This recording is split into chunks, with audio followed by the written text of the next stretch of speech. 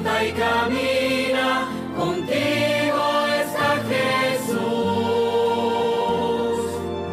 Señor de nuestra historia, necesitamos tu amor.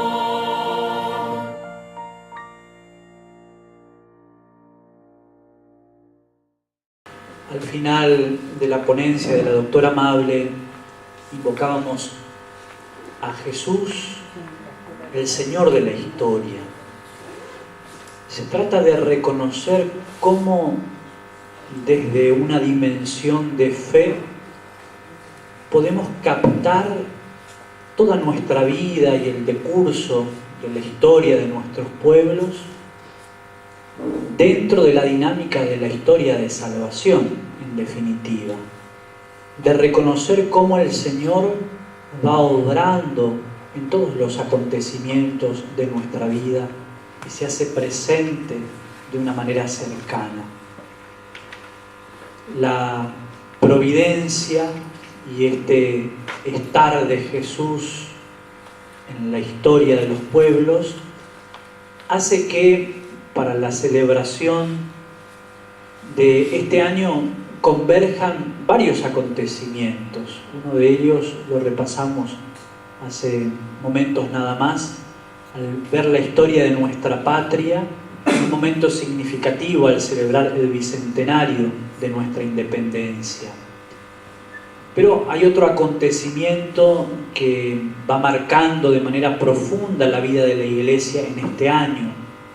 El Espíritu Santo ha movido, ha impulsado al Papa Francisco, ustedes saben, a que convoque un año especial, un año santo dedicado al tema de la misericordia. Por eso, tomando también como referencia los temas propuestos por la Comisión del Congreso Eucarístico Nacional, nos pareció oportuno a nosotros tomar esa temática y meditar, reflexionar en un momento con ustedes el tema de la Eucaristía y la misericordia. Que, como veremos en estas breves pinceladas que pretenden ayudarles a ustedes en la reflexión, no se trata simplemente de traer un tema, otro tema y tratar de conjugarlos de alguna manera porque las circunstancias nos obligan, sino de reconocer cómo la providencia de Dios va actuando y estos acontecimientos de alguna manera están en perfecta armonía y responden a la iniciativa de Dios de acompañar a su pueblo en la historia. Vamos a dividir esta charla en 3 momentitos. La primera parte la titulé así: el rostro de la misericordia, tomando de alguna manera la bula de convocación del Jubileo de la Misericordia realizada por el Papa Francisco, Misericordiae Vultus, el rostro de la misericordia. En la segunda parte vamos a tocar ya el tema central que nos reúne, cómo esa misericordia de Dios se hace Eucaristía. Y en la tercera parte, denles ustedes de comer. Aquí nos resuena rápidamente el texto bíblico, pero además el tema del anterior Congreso Eucarístico Nacional, del 10º Congreso Eucarístico, que recordarán se realizó en el año 2004 en Corrientes. Bien, vamos a entrar en la primera parte, el rostro de la misericordia. Les comentaba recién cómo la providencia ha hecho que podamos celebrar este año particular, que este año santo que no se enmarca, digamos, en la cuenta de los años que ordinariamente son considerados santos, sino que es un jubileo de tipo extraordinario que el Papa Francisco ha querido convocar, dedicado al tema de la misericordia. Bueno, aquí ya están enunciados los 3. Dice la bula de convocación: el año santo se abrirá el 8 de diciembre de 2015, solemnidad de la Inmaculada Concepción, y se concluirá en la solemnidad litúrgica de Jesucristo, Rey del Universo, el 20 de noviembre de este año, de 2016. Así que estamos como en el corazón, viviendo la Pascua, preparando el Pentecostés dentro de este año extraordinario de la misericordia. Aquí está el logo del año de la misericordia, que es muy interesante. Si alguno tiene posibilidades de acceder, si yo lo ha hecho, a la explicación del logo. Este logo que es del padre Rubnik, forma icónica, tiene muchos detalles que nos revelan de alguna manera el espíritu que mueve también este año jubilar. Simplemente un detalle que me parece muy interesante y elocuente también. Si prestan atención, la mirada de Jesús, el buen pastor que carga, el buen samaritano que asiste al hombre, comparte la mirada con el hombre. Fíjense que el ojo de Cristo y el ojo del hombre se fusionan de alguna manera. La invitación profunda que en este año redescubramos esa mirada de Jesús compasiva, que tiene misericordia para con nosotros, y que también nosotros podamos tener como Él esa actitud misericordiosa. De ahí el lema: misericordiosos como el Padre. El Papa Francisco, al hablar de lo que significa el tema de la misericordia y este año jubilar, decía en Misericordiae Vultus, en el primer número: Jesucristo es el rostro de la misericordia del Padre. El misterio de la fe cristiana parece encontrar su síntesis en esta palabra. Ella se ha vuelto viva, visible, y ha alcanzado su culmen en Jesús de Nazaret. Fíjense qué importante es para nosotros el tema de la misericordia. No es una cuestión accesoria, no es una cuestión momentánea, sino que responde al caracú, podríamos decir, de nuestro ser cristiano, de nuestra fe cristiana. Ahí radica el misterio de nuestra fe. Jesucristo es el rostro de la misericordia del Padre. Continuando en la misma bula, más adelante el Papa dice: siempre tenemos necesidad de contemplar este misterio de la misericordia, porque es fuente de alegría, es fuente de serenidad y de paz. Es condición para nuestra salvación. Fíjense qué profundo. El Papa pone la contemplación del misterio de la misericordia en estrecha relación con nuestra salvación. Es condición para nuestra salvación. Y por último, de esta cita de la Misericordiae Vultus, dice el Papa: hay momentos en los que de un modo mucho más intenso estamos llamados a tener la mirada fija en la misericordia, para poder ser también nosotros mismos signo eficaz del obrar del Padre. Es por esto que he anunciado un jubileo extraordinario de la misericordia como tiempo propicio para la Iglesia, para que haga más fuerte y eficaz el testimonio de los creyentes. Y aquí podríamos detenernos, no lo hacemos ahora, sobre las condiciones en las que vivimos, sobre nuestra época, que requiere de manera particular recuperar esta dimensión de la misericordia. ¿Qué es la misericordia? En definitiva, podríamos preguntarnos. Dice el Papa: es la palabra que revela el misterio de la Santísima Trinidad. Es, por así decir, dice el cardenal Casper, es un atributo divino. El Papa, en otra expresión, dice: es la carta de identidad de Dios, es el documento, el DNI de Dios, la misericordia. Es la manera en que se nos presenta. No es simplemente una cualidad más.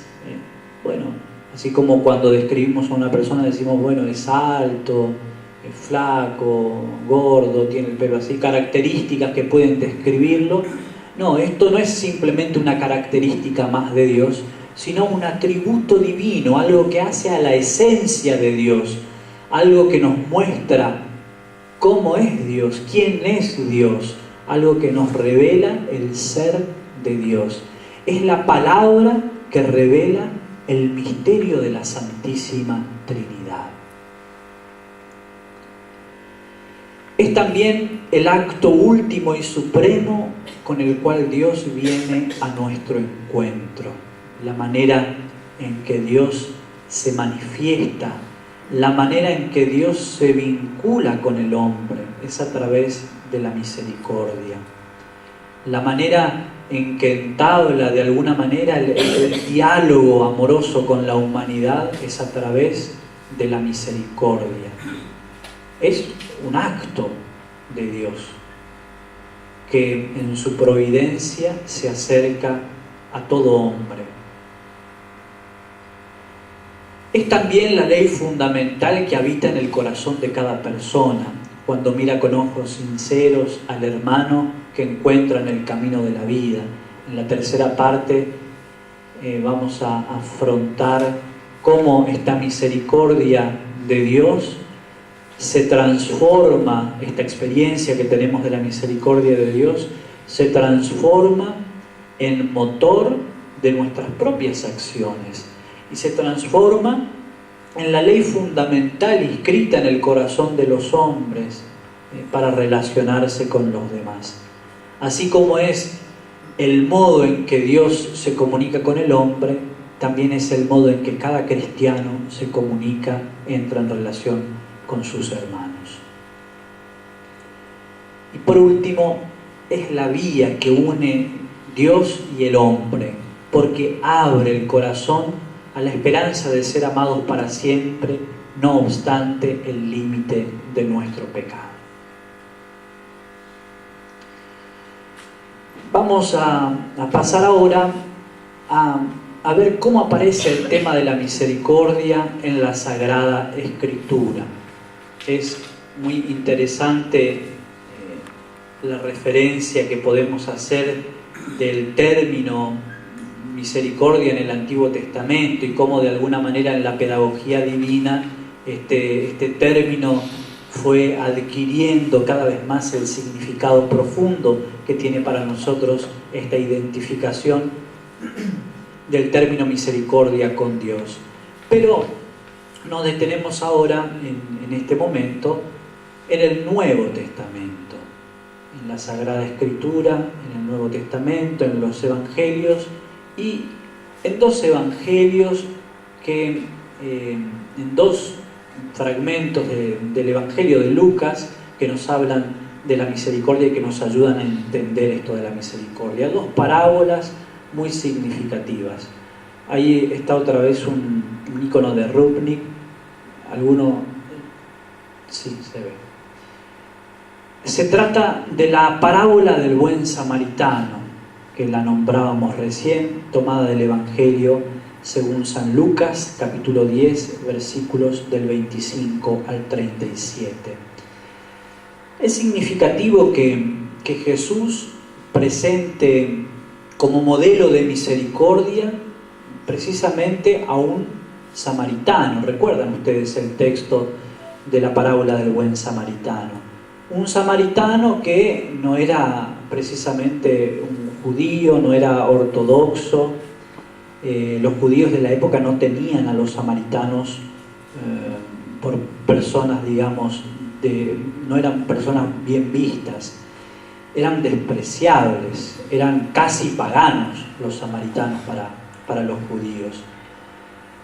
Así que el hecho de que Jesús exprese la misericordia a la luz de la relación de un samaritano habrá causado seguramente polémica en la época en los oyentes.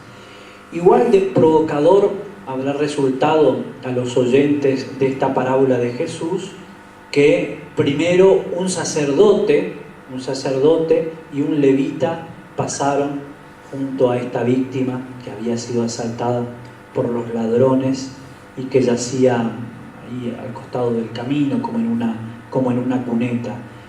Y es justamente un samaritano el que se detiene, el que se hace cargo de este hombre que estaba herido. El samaritano no pasa distraído junto a este hombre, que habiendo sido brutalmente golpeado por los bandidos, estaba impotente, no podía hacer nada. Y en cuanto lo ve, dice el Evangelio, se compadece de él.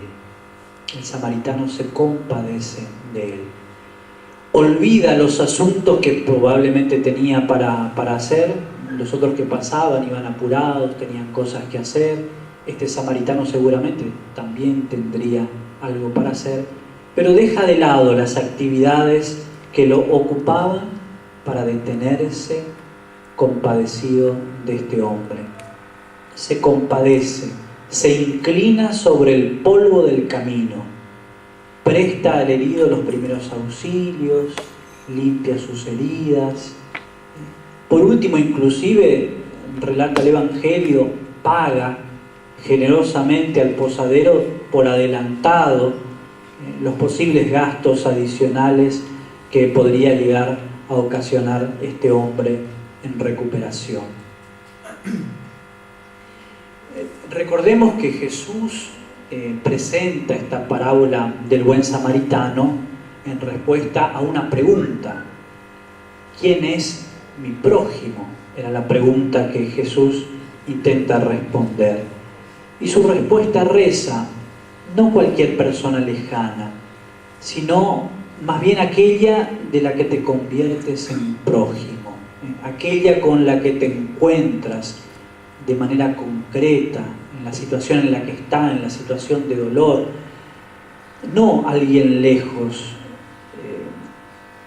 alguien que necesita de nuestra ayuda y que está al lado nuestro. Jesús no predica el amor a quienes están lejos, sino el amor al prójimo, aquellos que tenemos cerca.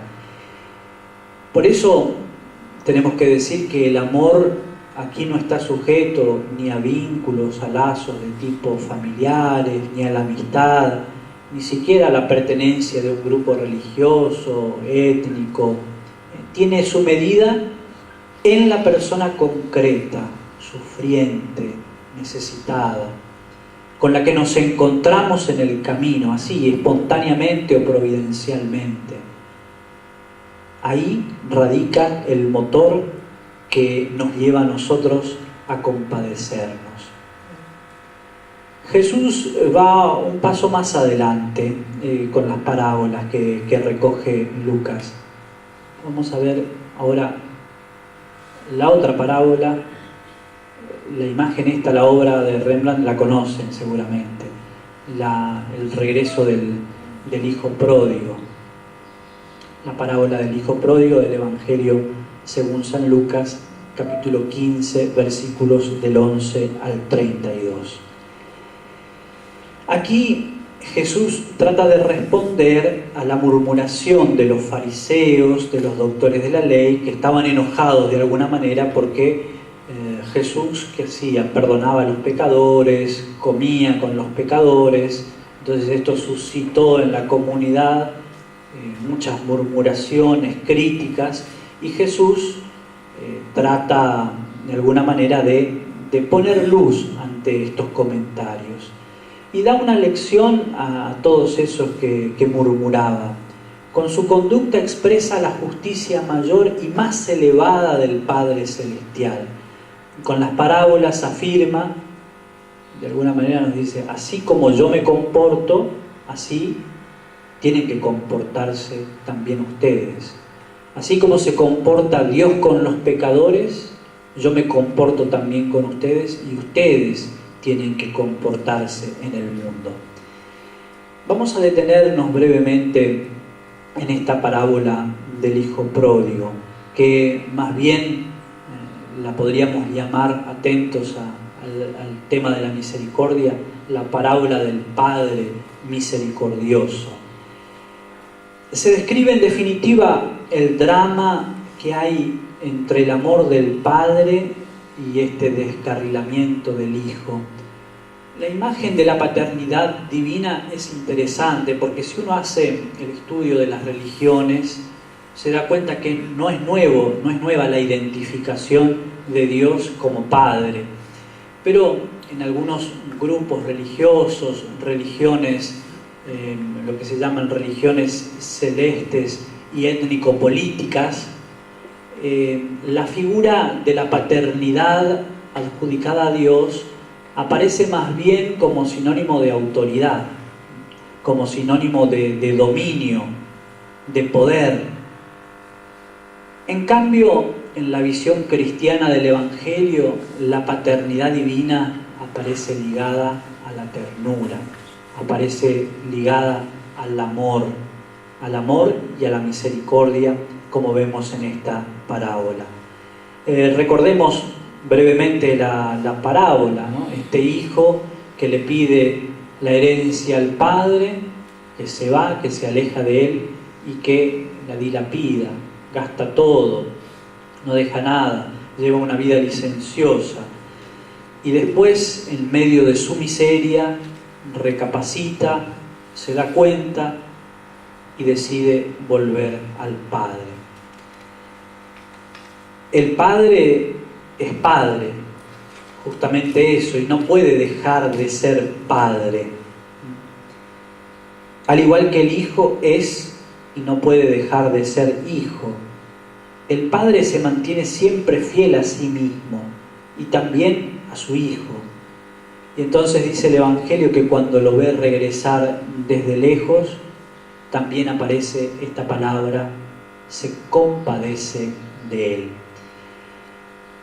Para él, el Hijo ha dilapidado el patrimonio paterno, se ha privado a sí mismo de sus derechos filiales, ha mancillado su dignidad de hijo, pero no ha perdido esa dignidad de hijo.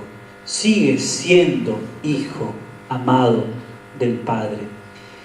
Por eso el Padre no espera a que el Hijo llegue a él, sino que dice el Evangelio, y esta imagen es preciosa, sale a su encuentro, como quien estaba atento, esperando a que llegue, sale a su encuentro. Y tiene unos gestos que distan de alguna manera de la imagen de la autoridad, del poder. Lo abraza, lo besa, lo viste con las mejores vestiduras, le coloca un anillo en el dedo, lo declara de nuevo hijo, le hace ser consciente de esa dignidad de hijo que en realidad nunca había perdido, aun cuando estaba manchada y tapada por las miserias y los pecados que había cometido. Otra vez le otorga los derechos filiales. Y con ello no solo le da recursos que le garantizan la vida, tal como el hijo inicialmente esperaba, porque ¿qué le dice el hijo? Bueno, trátame como uno de tus jornaleros, yo voy a trabajar, pero lo que quería era tener algo para comer. No solamente le da los bienes que necesita, sino que le da de más, le brinda siempre de más. La misericordia del Padre desborda toda medida esperada. No se orienta a la justa distribución de los bienes materiales, sino a la dignidad filial. Y este es el criterio de su amor. Aquí me detengo brevemente para tocar un tema que es importante. ¿Cuál es la relación que hay entre la misericordia y la justicia? Porque uno podría mirarlo desde la visión de la justicia y decir, bueno, ¿qué es lo que correspondía a este hijo que dilapidó sus bienes, que hizo lo que no debía y ahora vuelve? Bueno, acá hay muchos padres. Alguno podrá pensar y contar qué hacen cuando sus hijos, a veces adolescentes, salen, se van por ahí, vuelven no avisan a dónde van, vuelven a cualquier hora y a veces con algunas copas de más. ¿Cómo los reciben? Y lo lógico, lo primero que nos sale es, bueno, alguna reprimenda, regañarlos, y después inclusive algún castigo que siempre atiende a ser medicinal, que sea reparador del daño que pudo haber causado a sí mismo o a los demás. Esto sería la justicia. Pero desde la perspectiva de esta parábola, Dios no es solamente justo, sino que en la sobreabundancia de su gracia expresa la misericordia. La misericordia no se opone a la justicia, la implica, pero la sobrepasa. La misericordia está por encima de la justicia. No la niega, no la contradice, pero la plenifica. Si todo se moviera en términos jurídicos, recordarán ustedes la definición clásica de justicia, darle a cada uno lo suyo, podríamos decir, bueno, ¿qué nos va a corresponder a nosotros? Si Dios no fuera misericordioso y en su generosidad no nos diera mucho más de lo que nosotros merecemos. La misericordia viene presentada aquí como superadora de la justicia. Por otro lado, la misericordia no es signo de debilidad, porque a veces uno puede decir, bueno, el misericordioso es, vieron, ya perdés toda autoridad cuando perdonás, cuando dejás pasar las faltas, es como que estás blando, ya no tenés autoridad, ya no tenés poder, ya el otro te va a hacer lo que quiera. Sin embargo, en Dios, y como lo presentan los evangelios, la misericordia es signo de poder. Hay una de las oraciones colecta de la misa que comienza diciendo: oh Dios, que manifiestas tu poder sobre todo en la misericordia y el perdón. La misericordia y el perdón son signos del poder, de la omnipotencia de Dios, que es capaz de cubrir con su amor nuestras faltas, nuestros pecados. En ninguna otra parábola describe Jesús la misericordia divina de manera tan magistral como en esta de la parábola del Padre misericordioso, porque de alguna manera Jesús quiere decirnos, así como yo actúo, así también actúa el Padre. La misericordia del Padre es la justicia suprema. Podríamos afirmar, la misericordia es la más perfecta realización de la justicia. Lleva de alguna manera al ser humano a regresar a la verdad sobre sí mismo. Es la compasión divina que no humilla al hombre. La relación de compasión se basa en la común experiencia de aquel bien que el ser humano es, en la común experiencia de la dignidad inherente a éste. Porque podríamos decir, son como los dos extremos, el que les dije recién, de que la misericordia haga aparecer a aquel que es misericordioso como débil, como impotente, y por otro lado puede verse la misericordia como un gesto de soberbia muchas veces, ¿no? Porque estoy marcándole al otro que es pobre, que es frágil, que es pecador. La misericordia es de alguna manera el punto medio, porque lo que hace es levantar al otro, no lo humilla. Pensemos nosotros en los sentimientos de compasión que a veces nos mueven. No es la simple lástima de decir, ay, pobrecito, no tiene, no sabe, no puede, y yo sí sé, puedo, tengo. Nos ponemos como un peldaño más arriba. La misericordia implica levantar al otro, devolverle su dignidad. Es lo que hace Dios con nosotros. Ni pierde su poder al ser misericordioso con nosotros, ni nos disminuye, sino que al contrario nos levanta, nos alza, nos devuelve la dignidad. Estas dos parábolas, la del buen samaritano y la del hijo pródigo, son proverbiales por todo lo que implican, lo que significan. La expresión buen samaritano va más allá inclusive del ámbito cristiano y eclesial, y se convirtió en muy diversas obras y servicios asistenciales se dice, bueno, ser buen samaritano, inclusive fuera del ámbito eclesial. Voy avanzando, me dicen que ya queda poco tiempo, vamos rápido al segundo. La misericordia se hace Eucaristía. Estas son las tres cositas que vamos a ver. Vamos a la primera. La Eucaristía como experiencia de misericordia del Padre. El lugar y el modo en que Dios se comunica con los hombres y en el que podemos ser conscientes de cómo Dios nos ama, nos perdona, es misericordioso con nosotros, es a través de la Eucaristía. En el misterio eucarístico nos damos cuenta de la propia indignidad, de la necesidad que tenemos de Dios y cómo Él, en su benignidad, se acerca a nosotros.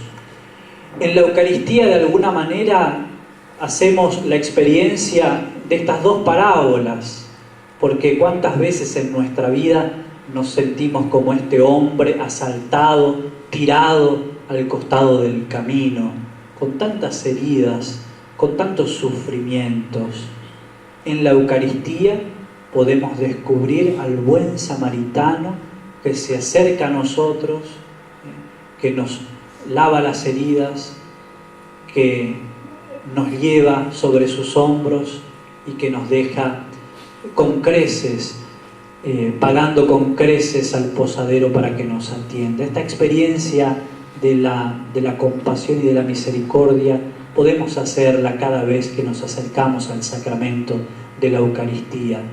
Y también cuando nos alejamos de Dios, podemos contemplar en el misterio eucarístico el rostro del Padre que viene a nuestro encuentro, que nos está esperando, que nos abraza y que nos devuelve la dignidad de hijos.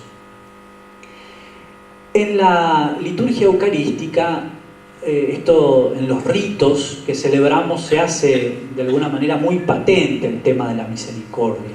Pensemos si no en uno de los, en la celebración de la misa, en los ritos iniciales. A ver, ¿a quién me pueden ayudar ustedes? ¿Dónde aparece patente el tema de la misericordia? En los ritos iniciales de la Santa Misa.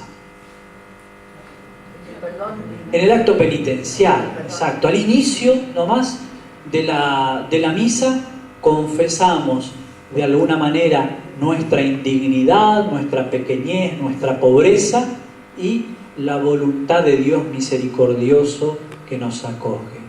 El Señor Todopoderoso tenga misericordia de nosotros, Él perdone nuestros pecados y nos lleve a la vida eterna, dice la absolución no sacramental del acto penitencial.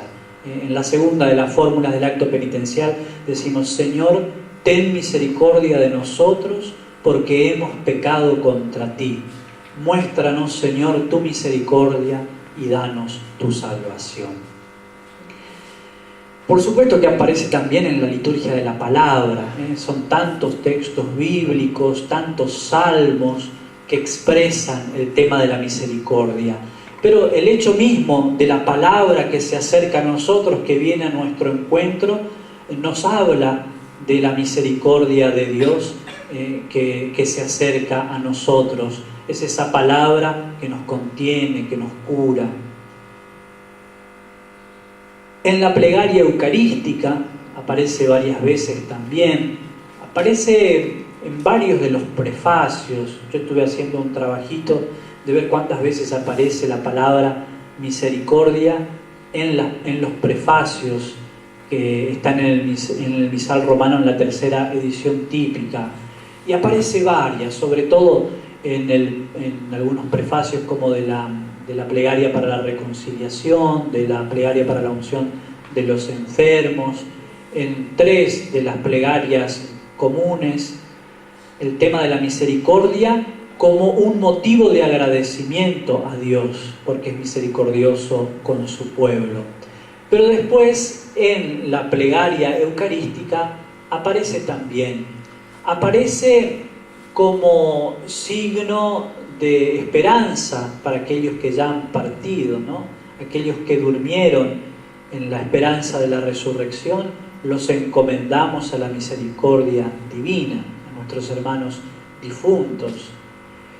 Y aparece también como invocación sobre el pueblo, en la plegaria eucarística 2, que quizás la que más recuerden: ten misericordia de todos nosotros, para que así con María, con San José, la misericordia de Dios está presente en la plegaria eucarística. En el rito de comunión, a ver quién me ayuda cuando aparece el tema de la misericordia en el rito de comunión. Señor, yo no soy digno de que entres en mi casa. Eso, en el Cordero de Dios primero reconocemos pedimos la piedad, la misericordia de Dios, y después en la confesión que hacemos antes de la comunión: Señor, yo no soy digno de que entres en mi casa, pero una palabra tuya bastará para sanarme.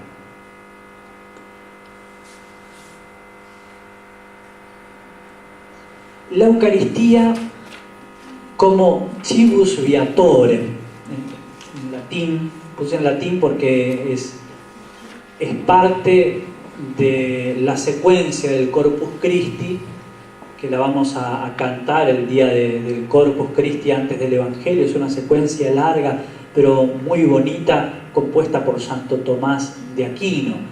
Y aquí en esta secuencia Santo Tomás dice: este es el pan de los ángeles convertido en alimento de los hombres peregrinos. Porque en realidad la Eucaristía, y aquí cito al Papa Francisco en una homilía del Corpus Christi del año pasado, dice: en la última cena Jesús dona su cuerpo y su sangre mediante el pan y el vino para dejarnos el memorial de su sacrificio de amor infinito. Con este viático lleno de gracia, los discípulos tienen todo lo necesario para su camino a lo largo de la historia, para hacer extensivo a todos el reino de Dios. De alguna manera, la Eucaristía es el don que nos acompaña en los esfuerzos, en las fatigas de cada día. Y un texto muy interesante también de la Evangelii Gaudium, que el Papa Francisco ha retomado muchas veces, es esto, que en realidad él lo retoma de varios pasajes de los padres de la Iglesia. Dice: la Eucaristía, si bien constituye la plenitud de la vida sacramental, no es un premio para los perfectos, sino un generoso remedio y un alimento para los débiles. Fíjense si no es expresión de la misericordia de Dios que viene en nuestro auxilio. Vamos a la tercera parte ya más rápidamente porque estamos en hora. Estos son los 3 puntitos que vamos a considerar. Lo primero, logiquelatría es un término griego que a propósito lo puse en griego. Está en la carta a los Romanos, capítulo 12, versículo 1. Ahí está el texto: por lo tanto, hermanos, yo los exhorto por la misericordia de Dios a ofrecerse ustedes mismos como una víctima viva, santa y agradable a Dios. Este es el culto espiritual que deben ofrecer. Esta es la traducción del libro del pueblo de Dios, que no es la traducción literal, sino más bien trata de ir al sentido. Pero detengámonos en las palabritas estas, que rápidamente podemos encontrar el significado porque se relaciona con muchas de nuestras palabras. Logike tiene la misma raíz de logos, de lógica. Logike es la palabra, es la razón. Y latría, a lo mejor les suena alguna palabra en castellano que termina con latría. A ver. Idolatría. ¿Qué quiere decir idolatría? Él, anímense, lo saben. ¿Cómo? Adorar. Adorar ídolos, ¿no? Es el culto a los ídolos, es la alabanza a los ídolos. La tría es el culto, es la alabanza. Entonces, una traducción más literal de este texto de la Carta a los Romanos sería: es el culto razonable, si traducimos logos como razón. Es el culto razonable que deben ofrecer. Es interesante porque de alguna manera este texto conjuga dos vertientes. Por un lado, el Antiguo Testamento. ¿Cómo era la alabanza en el Antiguo Testamento? Que ya venía siendo criticada por los profetas y que aparece en no pocos salmos. ¿Cuál es la alabanza, el culto que quiere Dios? No el culto material, el culto externo, de los toros sacrificados, de la sangre derramada, de los sacrificios exteriores, sino un culto más bien interior. Entonces se separa de alguna manera de la materialidad, de la exterioridad del culto, para apuntar a un culto más espiritual, de tipo más espiritual. Pero por otro lado conjuga también toda la vertiente griega, de la filosofía griega. Piensen ustedes en el logos, la razón de los filósofos griegos, y cómo el esfuerzo del culto que hace el hombre tiene que ser un culto que se una al logos universal. Lo que de alguna manera le falta a esa vertiente griega es una dimensión corpórea material. Ustedes piensen en algunos, no me meto mucho en la filosofía, cómo está esto de despojarse del cuerpo y de una realidad espiritual desencarnada. Sin embargo, aquí en el texto de San Pablo, el tema del cuerpo y de la carne se hacen presente. Porque nuestro culto no es un culto simplemente espiritualizado, sino un culto encarnado, ¿sí? A ofrecerse ustedes mismos. Otra traducción dice: a ofrecer vuestros cuerpos como una víctima viva, santa y agradable a Dios. Y en el cuerpo incluimos no solamente la dimensión material, sino toda la integridad de nuestro ser. Este es el culto que tenemos que ofrecer a Dios. Este es el culto razonable, este término aparece también en el canon romano. Con esto, ¿qué decimos? La celebración de la Eucaristía que realizamos no es algo exterior, sino que en la Eucaristía, de alguna manera, nos convertimos en aquello que recibimos. La Eucaristía toca toda nuestra vida y nosotros nos ofrecemos con Cristo. Hay muchos signos de la liturgia que van marcando cómo el hombre no está separado de la ofrenda que realiza, sino que se mete en ella. Piensen ustedes en un gesto muy pequeño que hace el sacerdote cuando coloca unas gotas de agua en el cáliz con el vino. La oración que reza en secreto pide que así como Cristo ha compartido nuestra humanidad, también nosotros podamos compartir la divinidad. Y nos mete a la humanidad en el sacrificio a Dios. De alguna manera nosotros también nos transformamos en esa ofrenda. Y así como esa ofrenda hecha Eucaristía es signo de la misericordia del Padre, implica que también aquellos que participamos del cuerpo y la sangre de Cristo nos transformamos en misericordiosos como el Padre. Pasamos aquí y termino con una invocación a la Virgen como Madre de Misericordia, porque de alguna manera dice aquí el Papa Francisco en Misericordiae Vultus: al pie de la cruz, María junto con Juan, el discípulo del amor, es testigo de las palabras de perdón que salen de la boca de Jesús. El perdón supremo ofrecido a quien lo ha crucificado nos muestra hasta dónde puede llegar la misericordia de Dios. María atestigua que la misericordia del Hijo de Dios no conoce límites y alcanza a todos sin excluir a ninguno. Dirijamos ahora a ella la antigua y siempre nueva oración del Salve Regina, para que nunca se canse de volver a nosotros sus ojos misericordiosos y nos haga dignos de contemplar el rostro de la misericordia, su Hijo Jesús. Con esta invitación del Papa vamos a terminar nuestro momento de reflexión rezando y pidiéndole que podamos hacer siempre experiencia del amor, de la misericordia del Padre, que descubramos esta misericordia actuante del Señor en la Eucaristía de la que participamos y que esta Eucaristía pueda transformar toda nuestra vida para que también nosotros podamos ser misericordiosos como el Padre. Los invito a que nos pongamos de pie y que recemos juntos a la Madre de la Misericordia. Dios te salve, Reina y Madre de misericordia, vida, dulzura y esperanza nuestra. Dios te salve, a ti llamamos los desterrados hijos de Eva, a ti suspiramos gimiendo y llorando en este valle de lágrimas.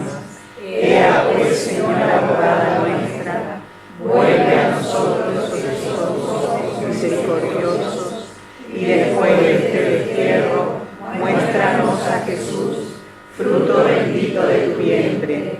Oh clementísima, oh piadosa, oh dulce Virgen María, ruega por nosotros, Santa Madre de Dios, para que seamos dignos de alcanzar las promesas y gracias de nuestro Señor Jesucristo. Amén.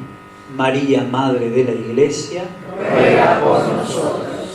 Argentina, canta y camina, contigo está Jesús, Señor de nuestra historia, necesitamos tu amor.